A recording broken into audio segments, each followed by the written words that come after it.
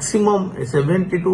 90% cases से viral द्वारा कि वायरल इन्फेक्शन द्वारा ही होता है। बहुत कम केसेस से बैक्टेरियल कि फंगल इन्फेक्शन थाए। तेणु most of the viral infection जहाँ द्वारा होता है से क्षेत्र में आंटीबायोटिक किसी आवश्यकता न थाए। वर्तमान समय घरे घरे थंडा ज्वर खास यही सब लक्षण लगी रोचे एवं शीत दिने समय ए सबु रोगर मात्रा किंबा जो आमे कहूचे फ्लू लाइक सिम्पटम्स किंबा इन्फ्लुएंजा लाइक इलनेस जहाँ कहूचे तथा जमी आम कहूचे थंडा ज्वर खास ए सबुर मात्रा टी अधिक देखा जाए जेहेतु ए समय रेस्पिरेटरी भाइरस किंबा किछिटा भाइरस अधिक मात्रा रे एनवायरनमेंट सर्कुलेट करती किंबा अधिक मात्रा डिजीज ट्रांसमिशन करती। तेणु यही समय प्रायतः भाइराल डिजीज किंबा भाइराल रोगर सिम्पटम्स अधिक मात्रा देखा देता है। जो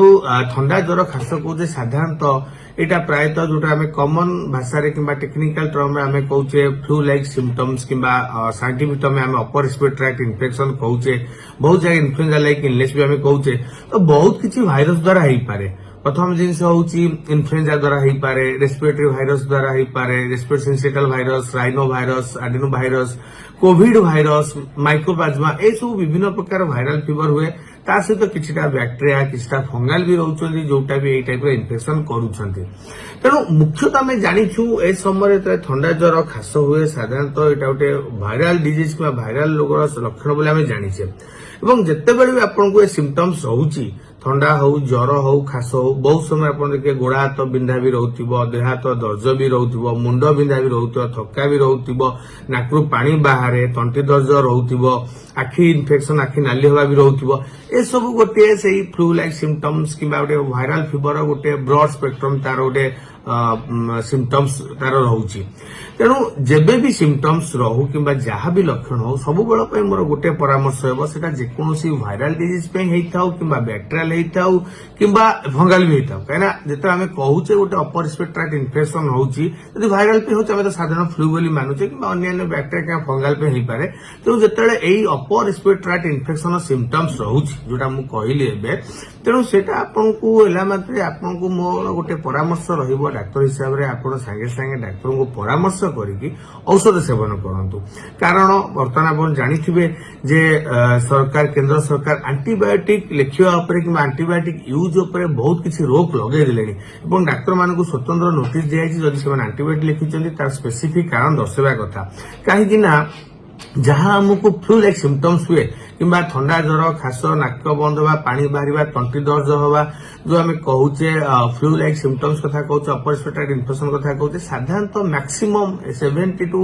90% केसेस से वायरल द्वारा कि वायरल इन्फेक्शन द्वारा ही होता है। बहुत कम केसेस से बैक्टेरियल कि फंगल इन्फेक्शन थाए। प्राय केसेस रे प्रायतः आमर कौन मेडिसिन दरकार पड़े नाही एटा स्पॉन्टेनियसली किछिटा कंजर्वेटिव ट्रीटमेंट द्वारा आम देहरु सेटा भल होता है। किंतु वर्तमान समय जितेबेले लोकंकु ए सब सिम्पटम्स होउची सेमाने बिना डाक्टर को परामर्श करी बाहर ओवर द काउंटर जाई कि एरिथ्रोमाइसिन खाई दउची कि एमोक्सिक्लाव खाई दउची कि डॉक्सीसाइक्लिन खाई दउची। कोविड समय आप देखिथिबे बहुत किछि ए सब जिनस भी देखा देला माने बहुत लोक कोविड हैला परे भी जेतेबेले कुआ हला कोविड एंटीबायोटिक कोनोसी रोल नाही तथापि मन इच्छा बाहर एंटीबायोटिक खाइबे भी आरंभ कले। तो ता द्वारा कोन होउची ना आमर एंटीबायोटिक खाइबा द्वारा आमर जो इन्फेक्शन रहउची किबा वायरल इन्फेक्शन होउची आम देहरे ता ऊपर कोनोसी प्रभाव पडु नाही किबा कोनोसी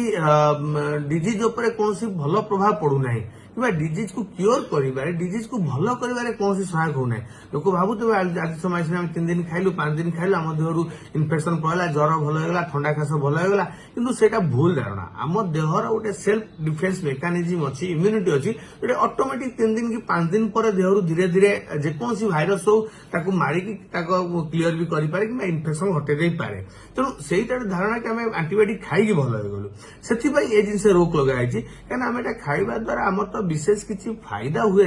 बरं अत्यधिक एंटीबायोटिक यूज करने द्वारा आम देहरे एंटीबायोटिक रेजिस्टेंस डेभलप करे जोटा परवर्त समय जेकोसी बैक्टेरिया इन्फेक्शन किंबा एनी बैक्टेरियल इन्फेक्शन विरुद्ध से एंटीबायोटिक काम करेनी किंबा जदि कोनोसी जगार निहाती दरकार पड़ुथा एरिथ्रोमाइसिन बैक्टेरिया को मारिबा पई तो एरिथ्रोमाइसिन काम करेनी बरं एंटीबायोटिक रेजिस्टेंस धीरे धीरे बढ़िबा लगे जहाँ फल आहरी देहरे इन्फेक्शन बढ़े कि बॉडी गोटे सेप्सिस आड़ जापे छोट छोट बैक्टेरियल इन्फेक्शन आम देखुँ आजिकल लोक सेप्सिस की पलाउं ब्लड इन्फेक्शन पलाउं कहीं साधारण लो ग्रेड आंटीबायोटिक काम दौनी और यार मुख्य जिन हूँ ओभर द काउंटर ऑलवेज बिना प्रेस्क्रिप्शन जो लोक आंटीबायोटिक खाऊं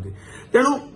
सरकार तो ये जिन मना कर भी डाक्तर हिसाब से आम मान परामर्श भी रही आपण मैंने मन इच्छा केबे भी मेडिसिन खातुनि जितेबले भी कौन सिम्पटम्स रोचे डाक्तर को परामर्श करूँ डाक्तर को परामर्श हिसाब से आप सब औषध सेवन करूँ कौटी आंटीबायोटिक दरकार पड़ो कौटी दरकार पड़ोनी से जिन डाक्तर आपको परामर्श देवे।